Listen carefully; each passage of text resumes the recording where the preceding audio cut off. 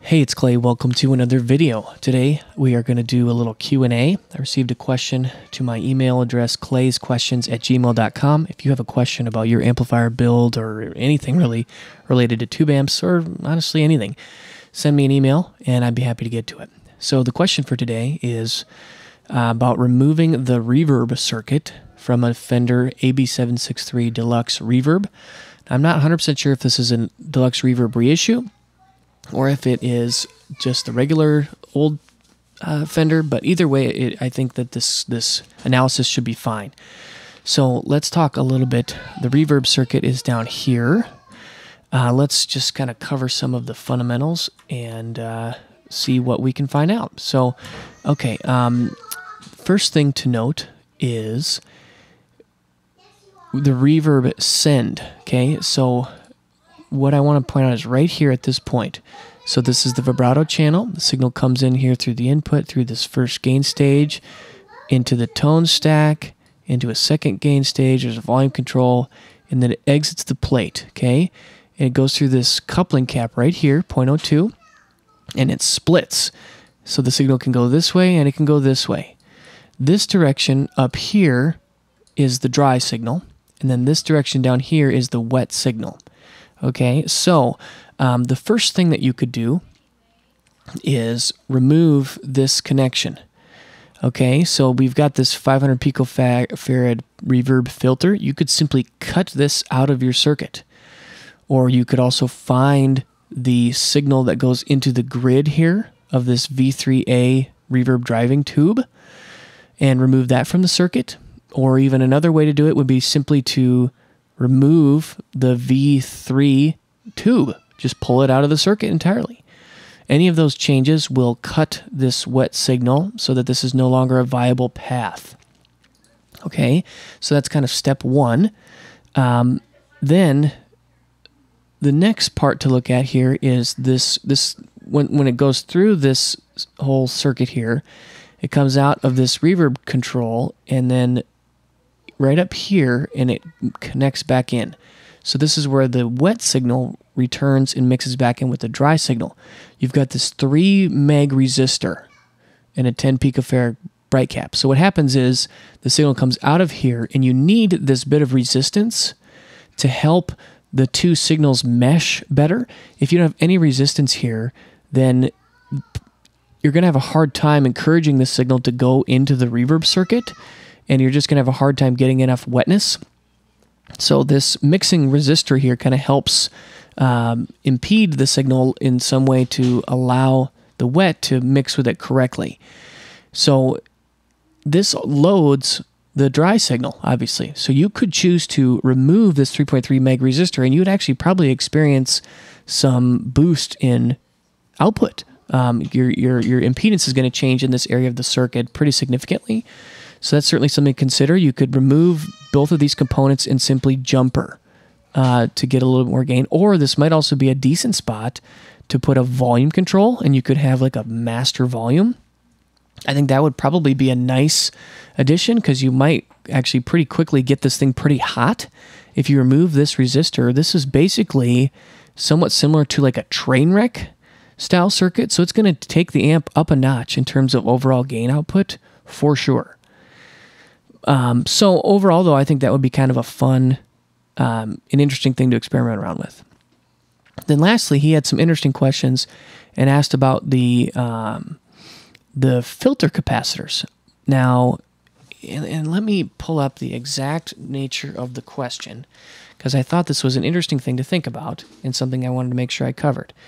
Now, the next thing to keep in mind is that some of these amps share a cathode resistor. Now, the one I'm looking at here, let's take a look and see if we can find it. Okay, right here, this guy right there, you can see that goes to point A. So I believe that that is going to tie in right here. So that one's fine. That one we don't need to mess around with. But then, let me just confirm. Basically, the value of this resistor, you know, I think it's not a bad idea to just let these basically this normal channel, instead of sending this and jumping it with point A just to use its own, so you do like a 1.5K with a 25 microfarad bypass cap, do that for each of them. That's not a bad modification. And if you are like removing the vibrato channel entirely and just doing the normal channel, that certainly is something that you need to do. But again, so okay, I want to this is what the question states. I want to completely remove the reverb circuit from my heavily modified AB763 Deluxe reverb. I know there's a shared cathode resistor, which is this guy. We just A and A. So you got to bring it up from 1.5 to 8K to 820. That's right. But I'm not really sure what to do about the filter cap that goes to that circuit. So let's just confirm and clarify what exactly that's talking about. So the filter cap would deal with the plate supply. Now, the way I look at it, the power supply, so here's our power transformer. Here's our B+, rectified B+. We go through a choke, and then we've got filter cap here, dropping resistor, filter cap. And this is where the B+ sent. This node here supplies B+ to basically all of these preamp triodes. So, we've got one here. We've got one here.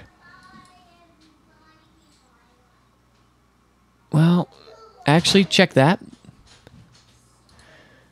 This plate goes to point D. So actually, that is correct.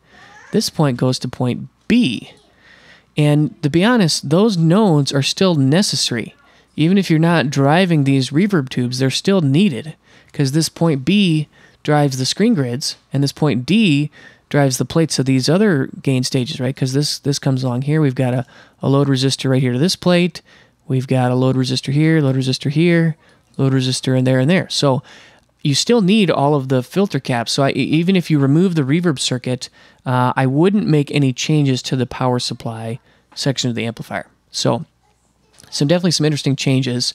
The only other thing to think about that's kind of interesting to think about too is the way, if you don't have this tube in, you don't have this triode in, that is meaningfully less pull on the power supply. So you're actually probably going to experience slightly higher voltages. So if this preamp here is 180 volts, because you don't have to worry about this, you don't have to worry about this, and I'm not 100% clear if you're looking to cut this out as well, but basically the less tubes you have, the more voltage you're going to have across the rest of your amp. So that's also something to just think about. It might change the tone and feel of the amp a little bit just because you're getting a little higher voltage. So anyways, an interesting question, and certainly a viable one. I know the tube reverb circuits are really cool. Tube spring reverb is really neat, but there are a lot of really great reverb pedals, and it can, the tube circuits can get a little finicky, and it can make the amp just a little bit more straightforward and maybe do a little more of what you want it to do. So, one of the early Fender amps that I built was like a no reverb, no tremolo, just kind of the normal channel of the Deluxe reverb, which is definitely a great little circuit. So any which way, if you guys have any thoughts or comments, leave them down below. I hope you enjoyed this analysis of this schematic, and I'll see you again soon. Thanks. Bye.